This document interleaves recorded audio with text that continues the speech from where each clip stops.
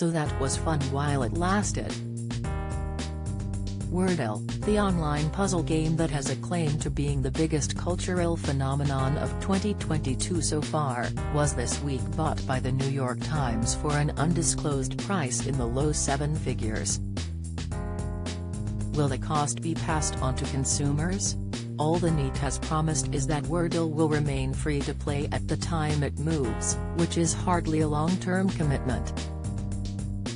But there's no reason for us online recreationists to worry. Whatever the suits do in future, there are plenty of other games that will remain free and fun to play within any standard web browser. This is actually one of the most exciting frontiers in gaming. Consider, for example, the daily online crossword puzzle offered by The Atlantic magazine. Once you've exhausted this paper's offerings, it's a particularly elegant variation on the form. It starts on Monday with a grid so small and symmetrical that filling in all of the across words also fills in all of the down words. Then the grids expand throughout the week until, on Sunday, it's a mega, interconnected marvel that's full of surprise and even humor. Or, for those who prefer numbers, Threes is a modern-day classic.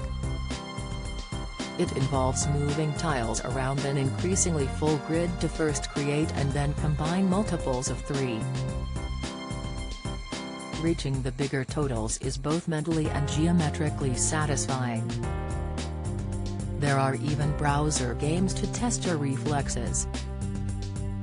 At first glance, Slither.io looks like a trippier version of the old mobile game Snake, with its ever-lengthening serpent gobbling up little blobs of light.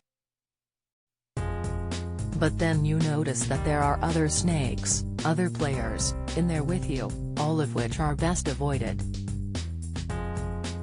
Quick Dodge. The online version of Townscaper is far more calming. It's technically a free trial for the full game, but it contains enough to fill hours worth of idle time, or possibly even days.